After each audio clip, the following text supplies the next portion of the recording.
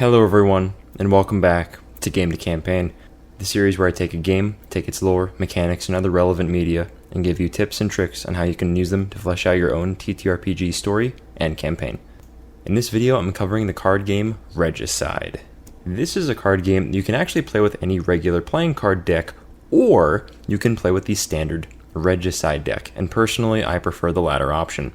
The game is by Badgers from Mars, and the art is by the incredibly talented The Sketch Goblin, and I'll be leaving links to this work in the description, because this is, I think, really the first indie game I've really covered on the channel.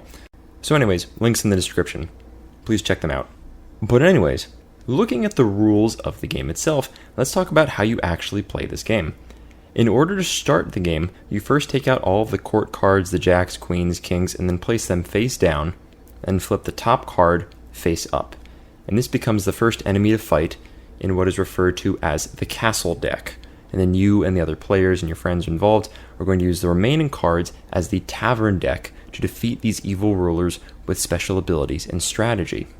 You deal out as many cards as is appropriate for your number of players from the tavern deck itself, and because yes, having more or less players does alter your maximum hand size and starting draw.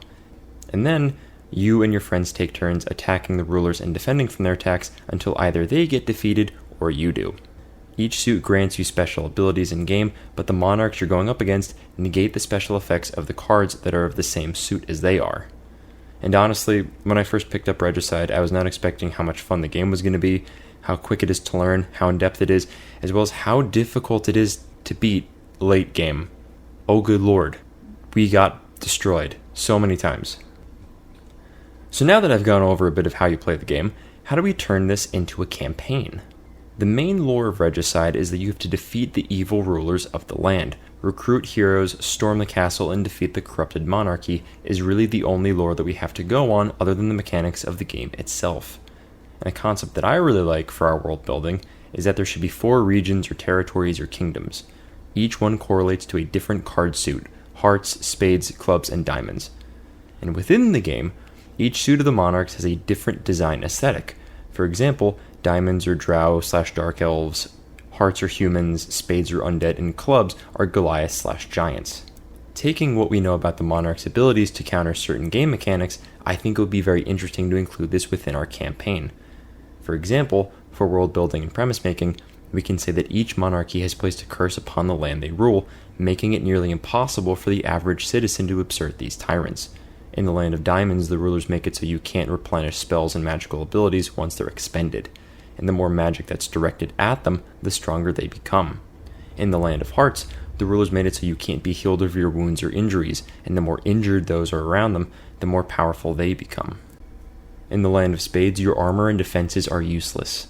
And just because of the undead aesthetic of these enemies, I think it would be cool if anyone who faces them and falls rises as an undead servant. And finally, in the land of clubs, no weapons made by humanoids or man can harm the rulers. Using regional and layer effects, you can really instill a sense of tension in your players, as well as encouraging smart resource management. The terror players would have upon waking up after a long rest to find that their wounds haven't healed or that their spell slots or class features haven't returned would be a brutal but interesting challenge for them. And of course, wandering around the kingdom, you'll have to find allies, either in the different resistance leaders, wandering adventurers, or other NPCs you'd want to add to your world. And for a majority of these NPCs, you can probably even inspire them from the official Regicide deck itself. Once again, please check out this game. It's really good. Link in the description. There's a lot of great art, and the cards can offer you a whole cast of colorful characters. And speaking of cards in the deck, we have 2 types of cards that we can add into for some really cool world building here. We have our aces and our joker cards. In the game, the aces all have the ability to empower the different cards that you play in the game. And within the official Regicide deck, these cards are depicted as animals. I think it would be really cool to have the aces then act as these 4 mystical, almost like guardian animals that serve each region and then can be used to strengthen the abilities of the party. Or have these creatures be more like quest-giving NPCs that help guide the players. And then the final card type, and this could end up being one of the most interesting cards for our world building, is the Joker. Within the game, the Joker card allows you to negate the nullification effects of the monarchs for that fight. Within the official deck, The artist depicted them as a goblin and referred to them as the Jester.